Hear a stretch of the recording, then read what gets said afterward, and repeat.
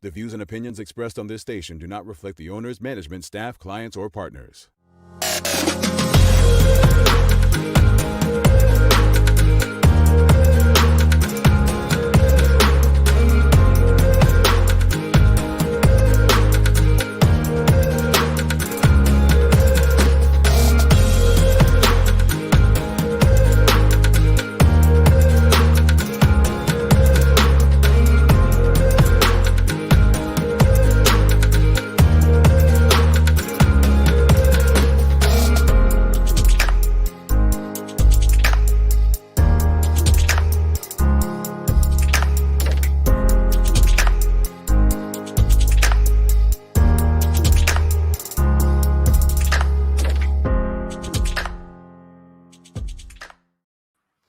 It's Monday, the 7th day of December, 2020. Welcome to the Daily Hour, brought to you by Medical House and Lindos. I'm Jamal Hartman. That's Carla Zul. Thanks for making us part of your daily routine. If you haven't already, share the link, start a watch party, retweet it. Just get the conversation out there to your network. Another good one to begin the week as Assistant Commissioner of Police, Martin Weeks, stops by to discuss policing during COVID. The Daily Play is a Who Said It. So it's Who Said It. Carla's good. She doesn't need you all's help this morning. We got it. But we have a lot to discuss today. There was a press conference last night, and a lot of words were used. I know the time difference in the UK is a bit ahead of things, Carla, but did you get a chance to look at it? I fell asleep on it last night, and so I saw a bit of it this morning. So yeah, quite interesting. Well, basically what she's saying, it was boring, so she fell asleep on it, right? But no, she's not saying that. It's late. But we'll get to that. We'll get to that. Don't forget, stick around. A very important conversation because there were some things said regarding police activity this weekend, and it's important to bring the police service in to provide clarity to what was being said. So look forward to that. But I have a long list of things to get to, just so you all know. I'm not trying to avoid any conversation, but there's a lot that I had on the docket before that press conference came. I want to start with some positive stuff. So, I've been a hater of the whole yoga movement for as long as I can remember, right? Well, I did go outside for my jog this morning. It was pouring down rain. So I did do yoga and some meditation, Carla. So hopefully you all notice a difference in my attitude. Ooh, you're going to be nice today? I'm always nice, Carla. What are you talking about? Well, how did you do it? Did you do it? You guided through YouTube, or you just have found some movies? Nice. You better believe it. But I don't know. This guy said it was beginner's YouTube. I had some challenges. There are certain positions that this male body just cannot do. And I'm not interested in stretching any muscle more than it's supposed to be stretched, or there's some things I can't do. So if that was beginners, then I'm a step. What's a step below beginners? Preschool. Say what you want. You could call me what you want, Miss Lady. But have you done, Carla? Have you done any yoga before? I've tried it once, but no. And I said I'm going to try it, and I still intend to, but I haven't. But that was one of the deterrents. I always felt like my body couldn't, contort into those ways. And that's why I always thought man didn't do it, because they have, parts that just seem uncomfortable if they stretch. But I want to try it. You got to send me the link so I can try the same guy as you. Yeah, I'll send it to you. Hopefully you fare better than me. I want to touch on real quickly. It is December, so December's known as the holidays, Christmas time, whatever. I don't know. I know you're not a big Christmas person, but this weekend, Carla, was the first time, wait for it, that I saw Home Alone on TV this season. You are as bad as me for once. I've seen it. I'm so proud of you. I've seen it before, but I'm saying first time this season. Oh, this season. The holidays don't start until I see Home Alone. So no, I was actually very happy I finally saw it. So it's officially holiday time when I see that movie. I've been looking through the channels, and last night I finally saw it. So you really thought that you had one up on me just now? I did. I was like, what? Something I've actually seen that he hasn't. My goodness. Real quickly, I have to say this. So most people who know about my radio career, they know that I got my start at Radio Disney, and my boss, the first person who hired me in radio, she actually watches this show sometimes and comments. Well, Radio Disney, the Disney company, it's ABC, ESPN, it's all one company. And they announced that in 2021, early 2021, they'll be shutting all operations for Radio Disney. And then I read another article last night where ABC is making some cuts in its news areas. So very sad times. I mean, again, I haven't shared much of my entire story, but were it not for Radio Disney, we probably would not necessarily be sitting here today. So very sad to see Radio Disney. Again, this is a crazy time. And so people that had the opportunities that I had, that's one less opportunity that they'll have to build up, right? So that did happen. More, I mean, media's taken a pounding. It's taken a hit, and it's been taking a hit for years. And so something like this doesn't make it easier. So hopefully everyone that's pretty much going to be unemployed due to that, they can bounce right back and find new opportunities. Did you see what I posted about Dionne Warwick, Carla? And Chance the Rapper. I don't know if I believe it was her tweeted though. I just feel like it could have been some sort of representative. I don't think that was her. I think most smart people know it's a PR thing, right? But it's hilarious. And for those of you who don't know, she basically was on Twitter asking questions like, what'd she say? Oh, why do some rappers have the in their names? And then she basically asked Chance the Rapper, why does he have rapper in his name if everyone knows he's a rapper? And then she went after The Weeknd and she says, I'm coming for spelled properly. And you're not, you don't even have it spelled properly because of, from what I'm hearing, it's copyright and trademark reasons. He doesn't spell weekend as it's supposed to be spelled. But it was hilarious. If you haven't seen it, go on my personal Facebook page, or you can go follow Dionne Warwick or look up Dionne Warwick on Twitter. But it gave me life. But I think it's pure PR, and it's good PR though. It's good PR because she did make another joke, say from this day on, I'm known as Dionne the Singer. And then, I think it was they're trying to make her relevant again, or not even make her relevant again, but making her relevant to the younger generation because people may not know who she is, Indeed. And I think, I mean, she actually said, there was another tweet coming from her account that said, it's all good. I know who they are. Just, playing with them, whatever. Has a lot of respect for these young guys. But let's get to the topic of conversation now. There was a press conference last night, and I'm actually going to use Gary Moreno. Actually made my job very easy because he posted something on Twitter with some highlights, right? So I'm not paying Gary Moreno for this. I hope he knows, but thank you for the work that you did anyway. He's not getting anything out of my, if you want to pay him. So he gave us some notes. He better not delete them. Okay, here we go. So Gary Moreno basically gave some takeaways from the press conference. Bars are closed as of Tuesday until at least 22nd December. I know someone wrote it's indoor bars underneath the comment. There will be limited seating in restaurants, numbers still to be determined, and they cannot have their bar open, dinner only. Group gatherings are limited to 20 people, and they are reassessing sports activities. Supplies of vaccinations against the coronavirus will be available as early as next week. That's huge.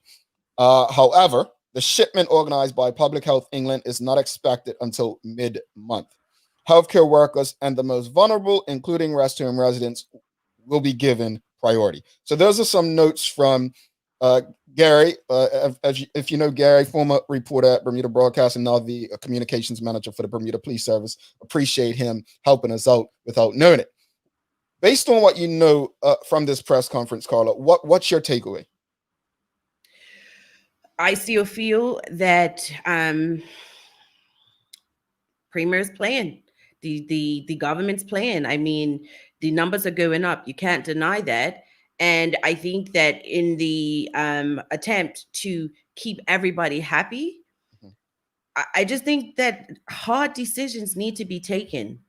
And people can say, oh, it's people coming into, it's tourists coming into the island, for example.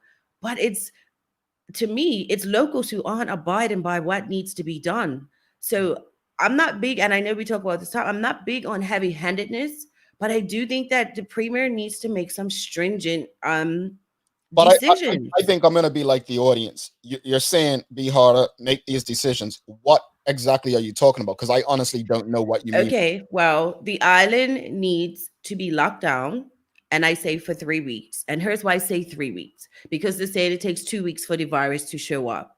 So if anyone who's been tested and comes up positive, or anyone who tests next week, let those positives come up with a plan to keep it contained, let it go away so that the island can get back to, or start to get back to where it was. Okay. Because I mean, you heard people saying, okay, they're gonna not close bars. Initially was close bars at 12 instead of 2. And what did I saw it with my own eyes? People saying we'll just have house parties. So being reasonable, it doesn't seem to be working for some people. I'm telling you, with all I love, sitting out here in the UK and seeing how quickly it spreads and the devastation it can cause, Bermuda does not want that. And I do feel for people who may not be able to work, but I'm sure I saw that also that government will give financial compensation or help or what have you. Something's better than nothing, and it's better than death. I also picked up that all gatherings for are maxed at 20. So churches can only have 20%, if I'm not mistaken. That's what it said. But I also saw a pastor on Twitter ask, can they do drive by or drive by church as such, or they have church out in the open area, but people sit in their cars? Yeah. I think that was Kudos to him for being creative. Pastor Jakimo Smith. I think I saw asked that Yes. question. The Minister of Finance will make funds available for affected businesses and individuals. I did see that. One of the things that people felt was missing was there was not enough said about schools. And let's go to some of the comments. Katrina, Carla.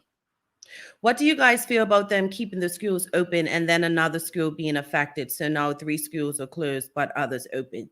Can I answer that real quick? Oh, of course. Here in the UK, so I have 2 boys and I have 3 children in school, but one school went totally online. One's in primary, one's in high. In primary, they are very rigid about the bubbles. So they've been back in school since the beginning of the school year, and no quarantine, no incidents, no anything. So bubbles can be, in my opinion, from what I see, can be adhered to, and they're very strict about them. Now at the high school level, we keep getting notices about positives in the school, but not in my son's year group.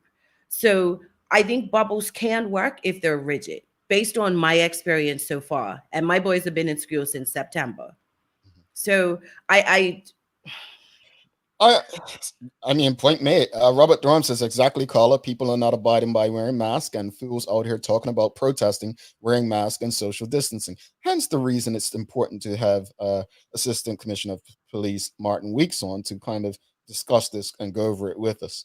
I'm sure the police don't want to be out there arresting, I'm not going to say fools, but people. It's not something they want to do, but we'll have that conversation because I definitely don't want to speak on his behalf. Talent TJ Clark, don't lock down, but implement the phases that were after lockdown. And if we don't take stuff seriously as we should, then lockdown should come. Leslie, Carla. People have been traveling for fun, returning, and refusing to isolate or quarantine. They need to stop taking trips for shopping. It won't kill anyone to stay on island for months. I'm itching to fly, but I'd also like to remain alive. And Charles H. Jeffers, too, says, my takeaway is that this is the last chance before the island goes back into full lockdown. You know, Carly, you got anything else to say on this real quick? Yeah, people were kicking up and saying, oh, don't do the lockdown. But it's our, and I say our as collective Bermudians, it's our people who is causing it. So if you even care about the next man who's the carpenter, whoever has to work out in the field, wouldn't you at the very least just be responsible? If you don't want to believe in it, you don't have to. But at least respect those who do, and vice versa as well. I think there's a lot of selfishness on that island right now. So someone made mention of there's allegedly a march, and what you don't feel, because I've been in. I'm not interested in arguments about this. People can feel how they feel, but apparently, people feel like it's too strict already, and you're taking people's freedom away. You don't agree with that? No. And Mm. again, remember when this first came out, how paranoid I was? I'll go back to that space. I think what's real quick, because no one to me important enough or young enough has died or gotten really ill, I think it's given Bermudians a false sense of security. This thing can cause problems, even if it's just the flu, as some people say. This flu is dangerous. So why would you risk that? That march on Friday, I would have a look at every single person, and then you look and see who's in their circle. Do you not care about your mama, your baby, whatever? I think that's selfish. Let's go to the news, but before that, let me just say, can we agree that COVID does in fact exist? Can we agree that though COVID may not be the main cause of the deaths reported, that it's at least one of the causes? Can we agree that if everyone was considerate and respectful, there would be no need for government mandated restrictions? Can we agree that the health of the economy and the health of the population can coexist? Can we agree that we need to put as much of our focus on health and wellness as we do sickness? Can we agree that though tragic, there are so many lessons on what humanity can do better should this happen again? I honestly don't have the answers, and I'm asking questions. What I do know is that I care about my loved ones who are most vulnerable, and I'm sure many others do too. So I'm just trying to do my part to be a living example of what I want to see happening during this time. Carla, it's over to you for the news. Let me get your pretty music ready for you. And we'll be back with the Assistant Commissioner of Police, Martin Weeks.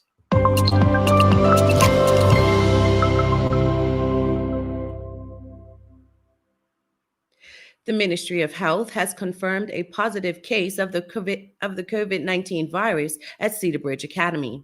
The Ministry of Education will now execute its new protocol, informed of a positive test result in a school, and close the school until the Ministry of Health completes its risk assessment.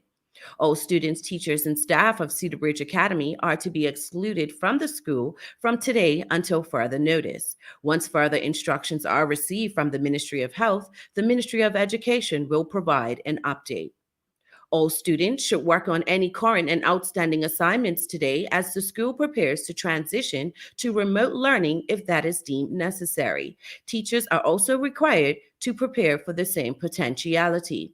Additional information on teaching, learning, and services will be provided as soon as possible. The Ministry of Health will provide an update once they complete their risk assessment. Meanwhile, the Chief Medical Officer is reminding residents that all students, teachers, and staff of Delwood Middle School must remain under quarantine for a total of 14 days. Via a press conference, Minister of Education Diallo Raban reiterated this reminder from the Ministry of Health to quarantine means that they must stay home from school and other activities for 14 days from November 27th until Friday, and including Friday, the 11th of December. This is in response to a potential exposure to COVID-19. This also includes not attending parties, extracurricular activities, social engagements, other places of employment, public places, public transport, groceries, etc. Further, non-essential visitors must not enter the home. It is imperative that everyone complies with the conditions of the quarantine. Jamal, I know you don't like milk, you don't eat cheese, or you don't eat milk, you don't eat cheese. Do you have a sweet tooth? You like French fries? Do you not know Biscoff cookies, the airplane cookies? Oh, Like, you're addicted to I, those too? binge on those bad boys. Wow. I don't know about you, but today is one of my favorite days. It's also cotton candy day. You may think that the only type of people who don't love cotton candy are the dentists of the world. However, you may be surprised to learn that it was dentists who invented cotton candy to begin with. Back in the day, it was known as fairy floss. Today, it is the go-to snack. I like how they called it a snack when going to just about anywhere where children can be found. For most people, their childhood memories would simply be incomplete without this sugary, delightful treat. Did you know, though, that a cotton candy thread is thinner than a strand of human hair? Just because candy floss is thin does not mean that it cannot be long. Did you know that the longest cotton candy stretched over 1,400 meters? It was created back in July of 2009. Turning to weather with a mix of sun and clouds, the high in Bermuda is expected to reach 73 today. Temperatures in Huntsville, Alabama will reach a high of 42, and there will be a high of 41 in Manchester, UK. And on a programming note, don't forget it's Reggae Mondays all day on the Full 100 radio. Don't miss the mix with Juggle and Jason from noon to 3 p.m. Bermuda time. That's your Daily Hour news break. I think I need to brush my teeth just from hearing you talk about all that sugar and that candy just now. Thanks, Carla, for that news break. We're going to take a quick break, and then we'll be back with our daily focus conversation with Assistant Commissioner of Police Martin Weeks from the Bermuda Police Service. All right, no more rumors, folks. Good day, Medical House Store speaking. Can I help you? Medical House is Bermuda's leading one-stop shop for healthcare. Bermuda's top doctors, dentists, care homes, and the hospital choose Medical House for a wide range of products. Anything that we ask them to do, they come through. These same professional quality products are available to you for home healthcare. If we can use them, we definitely do so. Medical House is best known for its uniforms and footwear. It also has restaurant uniforms that stand up to even the toughest shifts. If you're on your feet all day, Medical House has comfortable and stylish shoes that are also durable and easy to clean. Everyone needs some help cleaning up, and Medical House has got it. Leading-edge janitorial, facility, and maintenance supplies are all here. Medical House is on Millreach Lane in Pembroke, where there's private parking right outside the door. Call or visit Medical House today. Coconut oil has been popular here in Bermuda as a skin moisturizer for generations, but is sometimes avoided in cookery because of its unhealthy reputation. We've witnessed a change in attitudes as recent findings indicate that coconut oil is actually heart healthy and can enhance our immune system, increase metabolism, energy and endurance, and improve digestion. Nutiva coconut oil is a superfood in its own right, and this month we're featuring Nutiva organic shortening made with organic coconut and red palm oils and also hemp seed oil. Lindo's, why go anyplace else? Welcome back to the big show. Carla Zul, Jamal Hartnett's The Daily Hour, brought to you by Medical House and Lindo's. Thanks again to Crimson Multimedia over there on Channel 82. If you have One Communications, the show is also accessible there. Facebook, YouTubers, Twitters, is it Twitters or Tweeters? And Twitch. Thank you all for tuning in regularly and watching Carla come down with the sternness. You can tell she's a disciplinarian in her household. Without further ado, let's bring in the Assistant Commissioner of Police, Martin Weeks, for a very, very important conversation. Good morning, sir. How are you? Oh, we have you on mute. You're on mute. Let's see. I'd have to unmute. There we go. Welcome. I'm not twitching or tweeting. What was that? I'm not twitching or tweeting here. Yeah, I get it mixed up. It's so many new things and different names behind these things. So forgive me. I'm not old enough to be so old, right? But let's get to the conversation. Corporate Communications Manager for the Bermuda Police Service, Guy Marino, this weekend took to social media. He stated the following: the Bermuda Police is not imposing fines for not wearing a mask. Under the new regulations, officers can issue a summons for a court appearance, and a magistrate may or may not issue a fine. He encouraged people to stop the rumor mongering and just to follow the rules, right? And you know, I just want you to explain, why is information like this not helpful? And for those who don't know, what is the role of the police in dealing with this pandemic? Right. All right. Well, that's a multi-part question there, Jamal. Let's start off with Gary's statement. So Gary's right. He's talking about the rumors that have been going around, the voicemails and the various things that have been out there about how someone was walking across the parking lot at Heron Bay. They got 5 feet away from their car, realized they didn't have their mask on, and next thing the police were pouncing on them and giving them a fine. Gary's quite right. We don't fine anybody. There's no such thing as on-the-spot fines in Bermuda. We don't have any of those types of processes. We do have, obviously, tickets, but we don't have the ability to use them for COVID stuff. Those are for traffic offences only. So, yeah, when we have to deal with these offences, we are going to report someone for summons. We're going to tell them you will be reported for summons for this offence. We put a file together, we send it to the DPP, and at some point they appear in court where they may or may not get a fine. So Gary's quite right. You know, we don't fine people. However, we are going to be enforcing these regulations, and it's not just, you know, for our purposes. This is to keep people safe. Now, what was the other part? The other, yeah, it was a loaded one, right? But Yeah. the other part, I was pretty much just explaining to people what the role of the police is, and I think you kind of answered that just now. All right. Yeah, I mean, we've obviously had a role to play right from the start of this pandemic. You know, the health department doesn't have an enforcement wing, if you like. They're running around doing the best they can to get compliance in barber shops and beauty salons and stuff like that. So the police have really taken a big role lately, even more so, in compliance checking, particularly around licensed premises, because licensed premises really is our remit anyway under the Liquor Licensing Act. So we've been doing a lot more work around compliance, and it's not about enforcement. You know, it's about compliance. We want people to comply with the regulations to keep people safe. And I heard something interesting the other day, going back to something you said earlier on about us all keeping each other safe. And it was about how if this was the other way around, if it was our grandparents and parents who were affected by this and were the ones doing the behavior, they wouldn't, because they would be doing everything they could to keep us safe. So we have to turn that around and start thinking, because this is the people who are vulnerable. You know, this is about our grandparents. It's not about us so much. It's about the older folks, the vulnerable folks, and we should be doing everything we can to keep those people safe. They kept us safe growing up. So the police, you know, our role really is around compliance. We are doing enforcement where we have to do enforcement, and where we have to shut down liquor license premises, we'll shut them down. And we've had to shut down one this weekend. Health department, health ministry had to shut down one licensed premises based on some COVID tests coming back as positive. And we will have to give some people summonses if we find them breaking the rules. You know, we've got to get people to understand that you've got to follow these rules.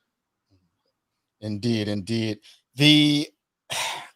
You recently stated that the BPS will be enforcing the COVID regulations, as you just said, including the sections relating to wearing of masks and physical distancing in proportionate and fair manner, Yes. as we have throughout the pandemic.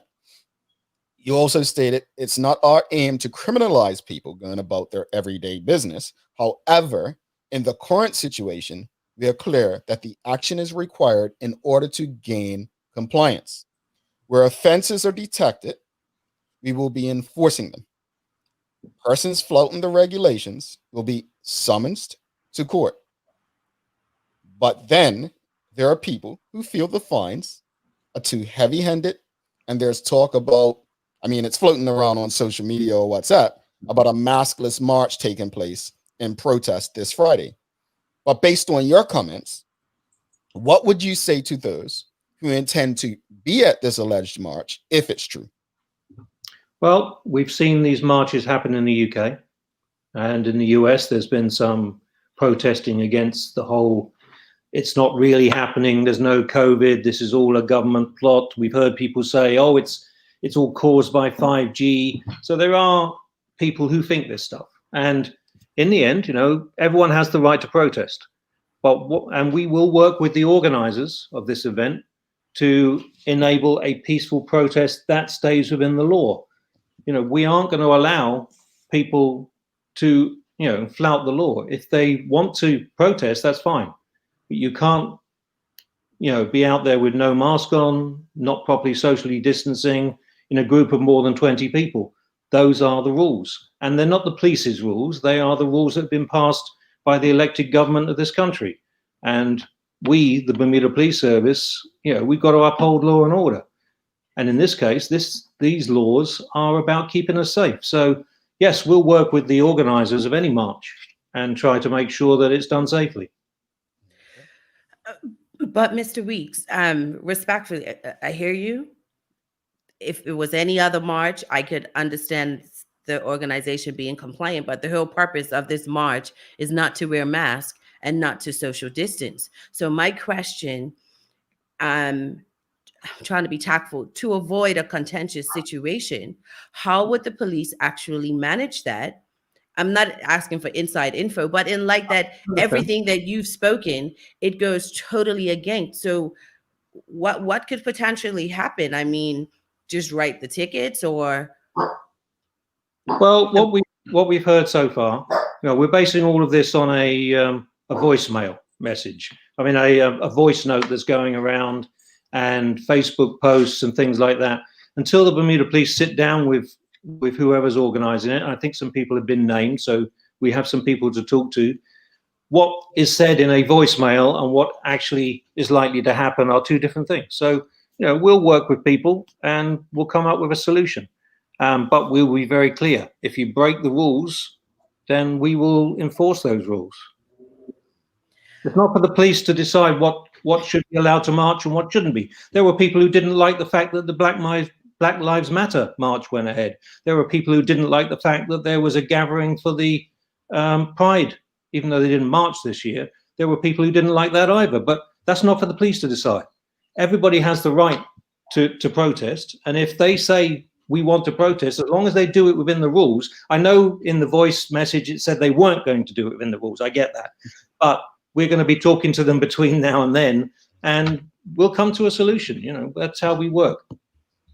That's quite optimistic. How does social media make your job difficult? I mean, you've talked about this voice note, which we've all heard, right? If just a curiosity question, whether it's that one or even the one at the grocery store, for example, if the police were able to track back to the originator of the voice note, are these people committing any crimes? Could they be brought up before the courts? No, not in these cases, no. Okay. We do put people before the courts for some social media postings when they're offensive or when they're threatening. There was that guy who was threatening the Premier. So, we made sure that he stopped, and he's been put in court for making threats on social media. So we do deal with these things, and that's just a high profile one. We get a lot of other people who send threatening and abusive messages, recording of them, and we can do all the necessary backtracking. We put people in court. That's not an unusual thing here in Bermuda. But things like this, a lot of it is done for fun. People are trying to create something, create a stir. We can't put someone in court for that. But what we have to do is anything that comes in is information. We have to turn that information into intelligence and work out whether or not it's actionable for us. Is it something we have to do something about? And in some cases, the reaction is Gary Moreno sends something out, or I go before the cameras and say, no, this is nonsense. We're not doing that. I don't know. I'm hearing you, and I'm just thinking about how emphatic these marches are, and I'm just wondering you're being politically correct as such, but I'm just wondering the reality versus what you would like to think, because to hear them, and I've seen posts, it just seems like it doesn't matter about what should be done, but more determining on what they're going to do. But my question is this: police work, period, no matter where you are in the world, police in some communities are just looked at as bad. Like there are just some people who are just determined to not look at police favorably. Now that that the police are charged with helping to monitor all of this, how does that help the police reputation? How does it help the already to some tarnished view of police. It doesn't help, Carla. I mean, to be fair, it puts us in more confrontational positions than we would like. You know, we would prefer to reduce the amount of confrontational positions we're put in, not increase them. And unfortunately, you know, being the enforcement part of this, we're having to put ourselves into more confrontational situations. You know, we're going into bars, telling people to step away from the bar and put a mask on. You know, nobody wants this when they're trying to socialize, but it's got to be done by someone. And in the end, we have to have the broad shoulders and we have to do it. There was a picture actually circulating last night where people were speaking of police officers going into establishments and video recording, right? And then there's other things being said throughout social media that there are undercover officers that are also all over. Do you just speak on both of those for us, just to provide clarity? Well, the Bermuda Police Service has body-worn cameras, and they are expected whenever we get into a position where we're talking with a member of the public, if someone has a body-worn camera on, they're supposed to put them on. So sometimes we are recording people. It's worn on the chest. It's a black box, and it does record our interactions with the public. That's things that a lot of people have asked us for, you know, is for us to start recording our interactions. So that will be the only type of videoing that's going on. The undercover thing, if you read the article in the newspaper, the headline was undercover police officers. And then if you actually read what was said by myself and the minister in the press conference, then you'll see that it was something very different from that, which was that some of the officers on the COVID compliance team would be deployed in plain clothes and some will be in uniform, although the bulk would be in uniform. And the thinking being that sometimes, you know, we'll go into a premise and people will know we're coming and, you know, they'll start changing things before we get there. So sometimes there will be some police officers going in plain clothes just to check on compliance. It's all about compliance, though. We're not trying to trip people up. We're not trying to trick people or entrap people. We're just going to have a look. Indeed. I just, the reaction to it seems, and it's been plenty, and I know you're very much into the social media, sir. So the reaction to it has just been all, I mean. Yeah, I've read the comments. Yeah. And I don't want to focus on that as much because I think what we're all hoping for is better days. We're hoping that compliance leads to what everyone wants. I think we lost you. Sorry, go ahead. You split up just no, you said something? Yeah, no, I was just saying that, you know, I've read all the comments on social media about police states and stuff like that. Well, if we were a police state, we wouldn't be telling everyone what we're doing. And the whole point of the way we're doing things is a no surprises approach. Before we do anything, we are telling people, this is what we're going to do. We are going to be coming into bars. We are going to be sometimes coming into bars and restaurants in plain clothes. We are going to be checking for compliance. We are going to be enforcing the regulations. This is no surprise. No one should be surprised when they see a police officer show up in their bar. And if they aren't doing the stuff they're supposed to do before we get there, they are going to get shut down. We're not trying to catch anyone. We are telling you, do what you got to do and there'll be no problem. We have quite a few comments and questions. You did answer this already. Has anyone been issued a summons yet? I believe you did say not for mask wearing, no. You said we have shut some premises down under the 24-hour closure notice. Did one last night, I think. Right. Okay. And I believe you answered this. You'll be working with the people about what are the police's plans. I believe she means police's plans for the alleged mask rally. It needs to be stopped. And as you said, you'll be working with them before the day comes. That's not the police's place to stop marches. You know, everyone has the right to protest. What we have to do is make sure that they don't commit any offenses while they're doing it. Indeed. Robert Durham, exactly, Mr. Weeks. We need to do what we can to protect each other. Go ahead, Carla. No, I totally hear you, Mike. And I guess my question would be, but what happens if they don't? So you reach out to them, you have a meeting, and then what happens when the day comes, if it's coming, and they're not socially distanced and they don't have on mask, and there are more than 20 of them? Yep. How do we? Number summons for all those offences. Okay, because I was gonna say, how do we? How does the country just avoid another contentious situation? That I think only because people like here, they had one in Manchester just yesterday, right? So one in London. People are just so emphatic about this. I'm just wondering if it can, and it's nothing police can do as such, if it can multiply emotionally and get out of control, because people seem so emphatic that they are going to have their day about this. Right. And again, we're basing a lot of this on social media. We all know how there's a small group of people can make a big noise on social media. My experience in Bermuda so far during the pandemic is that the Bermudian public is extremely compliant with the regulations. If you walk down Reed Street, nearly everyone's wearing a mask, even as they're walking around the city. I have yet to hear of even one person going trying to go into a shop and not wearing a mask deliberately. You've seen the videos, online in the States and the UK where people are trying to force their way into shops and saying, I'm not wearing a mask. Well, that has not happened here. People are generally very cognizant of the science. They spend a lot of time online reading the CDC and the WHO guidelines and comparing them with what our government is saying. And I would be very surprised if there is a large turnout at this alleged march, if it even happens. But, in the end, it's not for us to stop. We will deal with the offenses as they occur, if they occur.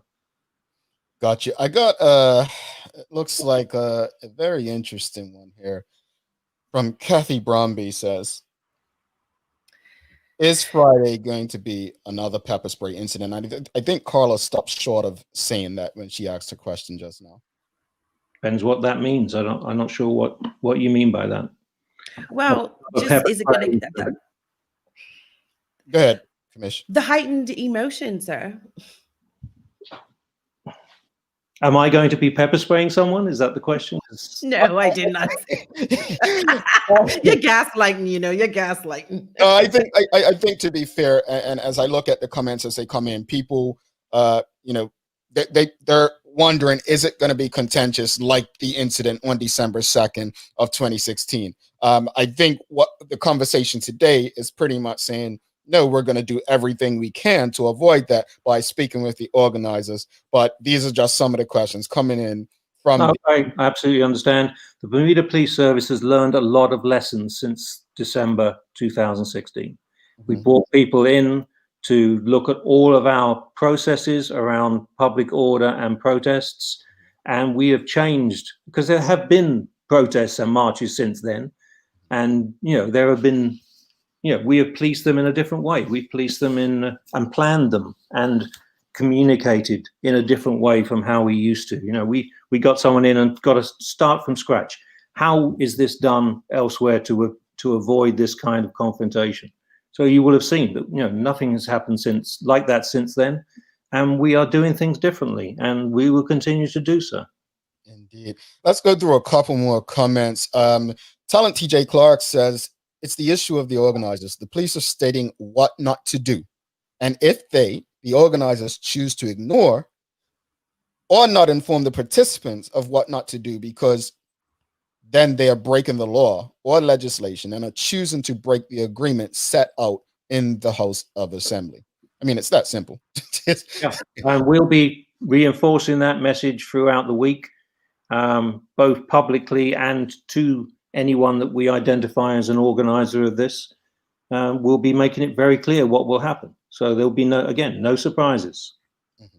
And before we go to the next comment, I want to go back because we had a conversation last week regarding other stuff about, consequences for our actions. In that conversation, we were talking about, having a job and being on social media, taking political stances. And what I said is, we spent years fighting conscription, but I always knew what the consequences were fighting that.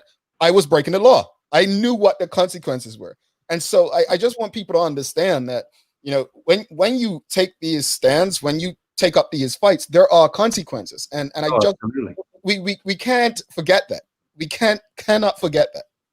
No, and people choose, and people have throughout history chosen to make a stand, knowing what the consequences would be to them personally and to their families and stuff like that. And that's the nature of protest and change, I suppose. Indeed. A few more. We've got a lot coming in. Tommy Richardson, thank you for recognizing finally how compliant our community actually are. We spend so many resources on the exception. We neglect the 99.99% of people who genuinely want to work together. I absolutely agree with Miss Richardson on that one. Yeah. Mark Phillips says, good morning. As a whole, we need to take this very seriously. This is not the time to be selfish. It is extremely challenging for the leadership of the island. We must take caution. So I think, I want to go to this one before I comment. Peace officers, not police officers, are needed in these situations. Any response to that? I think we should always be peace officers. We should always be community officers. That's the nature of policing in Bermuda, and always has been, because of the nature of our community. The police are the people, and the people are the police. And in a small community like Bermuda, that's even more so. I mean, we are far more Bermudian now than we were 30, 40 years ago, where, you know, we used to have a high percentage of expatriate officers who didn't have that community tie. But that's not the case anymore. So we are the community, and we will be peace officers. Yeah, absolutely. We want to keep the peace. We want compliance. We don't want to fill the jails and fill the cells with people, especially over stuff that would normally be normal behavior. You know, we're not trying to criminalize that. I want to take a different route, and I think someone may have asked the question, because police officers are human beings. You have families you go home to. How is this impacting not just yourself, but the service? Like, how are they coping with everything that's going on? And it's public knowledge that even the commissioner of police had been a victim of COVID. Well, talk to us about how it's impacting the service. Well, up to this stage, I mean, in the first few months, we did really well. We actually did a lot better than we thought we were going to. We had a lot of protocols set out on how we would police with a vastly reduced workforce, and that didn't happen. However, now in the current situation with the community contacts and schools closing down and parents being asked to stay home with children who are been in contact with something positive, I think going to find ourselves in a bit of a different position. And we'll be meeting this week. In fact, we're meeting straight after I get off the air now to start talking about what we have to withdraw from in order to keep up our 911 and, you know, emergency response. So what we will do is we will draw down so that the key things are still done if we have a smaller workforce. I mean, we're still not massively effective, but we will no doubt have less police officers due to people having to stay home with kids and people who've had contact with those who have tested positive. So it has been difficult, and it is a lot of juggling. And I can only imagine that the fire service and particularly the hospital are doing very similar juggling jobs to try to keep all of their services going. Because, as you say, we're people who've got families and kids, and we're being affected the same way as everybody is. Indeed, indeed. Let's go to one more question before we let you go. I believe Shigarena says, how are officers protecting themselves, PPE, while monitoring protests that could be super spreader events? We're doing it the same way that we are when we have to go to people's houses. Because, you know, calls for service are still coming out just as much as they ever were. And so our officers, when they attend houses, are trying to avoid going into people's houses, trying to do their work outside the house, wearing masks, obviously, or face coverings, rubber gloves if anyone's got to touch anything, washing their uniforms and disinfecting their tack jackets and all of that stuff straight after work each day. We've got people working in pairs in cars so that they're always working with the same person, and just trying to avoid cross-contamination. So, yeah, it's a juggling act, but we're trying to do that because we have a job to do. Indeed. Assistant Commissioner of Police Martin Weeks, before you leave us, is there anything you want, if anything, to say to the public for them to remember from today? I think Carla summed it up when she talked about the public we as a community needing to tell each other to do this stuff, that we've all got to look after each other. These regulations that we're talking about, they're just designed to get us to remind us to do certain things, to stop each other from getting infected. The community is the only one who's going to stop this march on Friday. The police are not going to stop this march on Friday. The community needs to be talking to people. Everyone knows who sent that voicemail out or voice note out. People will know, recognize voices. They know who's involved in this thing. And the community needs to stop this. This is not for the police to stop it. It's for our community to say, no, don't do that. Okay. Thank you for having this conversation. I appreciate you. We know you have to run to another meeting. If for whatever reason you all need to get back on the platform, please just reach out. Otherwise, stay safe. Your family and your community need you. Thank you, Jamal. Thank you, Carla. No problem. Have a great day. Thank you. Bye now. All right, we're going to take a quick break, and we'll be back with the Daily Play. And also, we want to just end the conversation with some positivity. All right, so we're going to take a quick break. This is a tough one. I know, Carla. Carla's you all bothering Carla with this one, boy. I'm chill. We'll take a break. Be right back. Don't miss it. We're gonna come back with a bit more on the conversation. Thanks again to Assistant Commissioner of Police from the Bermuda Police Service, Martin Weeks. It took 14 days to build your business plan, 6 months to build the courage to leave your day job, 3 weeks to find the perfect location. It took 10 days to outfit your space just right. And 1 day before your first client walked in the door. All totaled, it took you a full year to get your business operational. And this is just the beginning.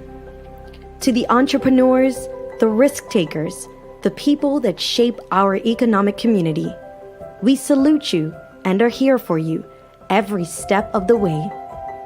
BEDC, providing knowledgeable, progressive, professional, and innovative support to Bermuda businesses.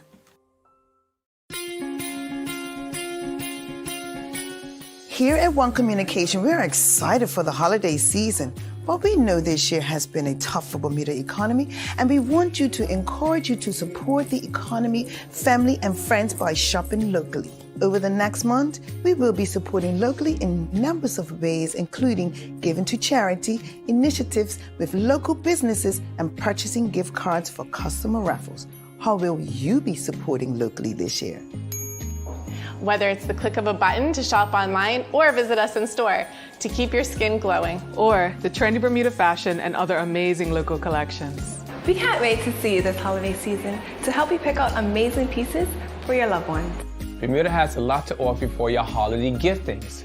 From TVs, electronics, to everything you need for the sports enthusiast. Or fashionista keeping up with the latest trends. We know we have the perfect gift in store for you. And don't forget, cookies to leave for Santa. One bite and you're right. Happy holiday from all of us to you and yours. And don't forget to shop local this year.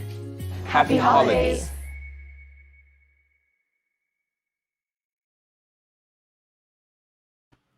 All right, some feel-good stuff right there with our friends at One and Bermuda Economic Development Corporation. Carla, we have a daily play. Real quickly, help Carla out with this quote. Work doesn't come to me. I go out and look for it, end quote. Let me know when you're ready for a hint. A hint. All right. An actress and very popular talk show host. Who's that? Oh, Vandy Williams. How you doing?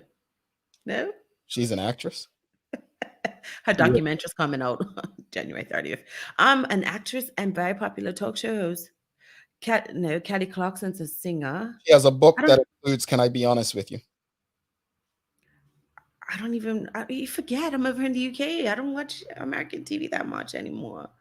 Her films include The Color Purple. Oh, Whoopi Goldberg. All right, there we go. A lot of people were saying Oprah. They were close, but it is Whoopi Goldberg. Carla, do you have any inspiration for us today? Why are you laughing for? Hold on. I failed over and over and over again in my life, and that's why I succeed. Michael Jordan. Yeah, he missed more shots than he made. Keep going. Before we give our final remarks, everyone, just let us know. Give us a roll call. Let us know where you tuned in from, where you're watching or listening from. Let us know. And if it's Bermuda, don't just put Bermuda. Just put your hood or neighborhood, or if you're in Crawl or Marsh, Folly. Let us know where you're at. But give us a roll call. Where you listening? Where you tuned in from? Let us know. Let's get a roll call going. Carla, any final words on what was the conversations from today? Yes, I think people just need to be responsible. If you don't see the whole coronavirus issue the same, at least respect each other. And also, it is my son's birthday today. So happy 11th birthday to Naeem. Mommy loves you. I cannot believe. I remember the day you brought him home from the hospital. 11 years ago already. He's 11. He was actually born on a Monday, so 11 years today, which makes it more special. It's my baby's birthday. Time flies. And if you saw Naeem from when he was young to now, he has so much personality, folks. You got to see him sometimes off air when he's not forced to go to school. Her producer, he's hilarious. When I say personality. So a big happy birthday to Naeem today, and wishing him many, many, many more. So what'd you get him for his birthday? He doesn't even know he's getting it. He was all upset on Friday. He thought he wasn't getting anything. And I got him this gamer set. So keyboard, mouse, and headset. And it's in a box downstairs. And he keeps going, "What's this box?" I'm like, "Oh, it's for some decorations for the house. So it'll be all ready for him when he comes home." And his surprise Manchester United cake. Good stuff. I want to go back to a comment real quickly. Just read this one, Carla, because this is an important part of the conversation we had today. The level of narcissism in Bermuda lately is interesting. The idea that you will create a story just to get people riled up and then record your voice and share it, not anticipating that the voice note is akin to you yelling fire in a crowded room and will have consequences, is astounding. When did we become this? It can't simply be a new psychosis brought on by COVID-19. Mental illness on this island needs better early intervention. Yeah. Look, these are testing times. I know people have said that we're dealing with COVID fatigue, and so I get it. I do. I get it. But we have to be considerate. We have to be responsible, and we have to take the necessary precautions, if not for ourselves, for other people. Now is not the time to just be all about what's in it for you. I totally understand every and anyone who takes up a fight or a cause. I get it. But just think carefully whether you believe it's worth it or not.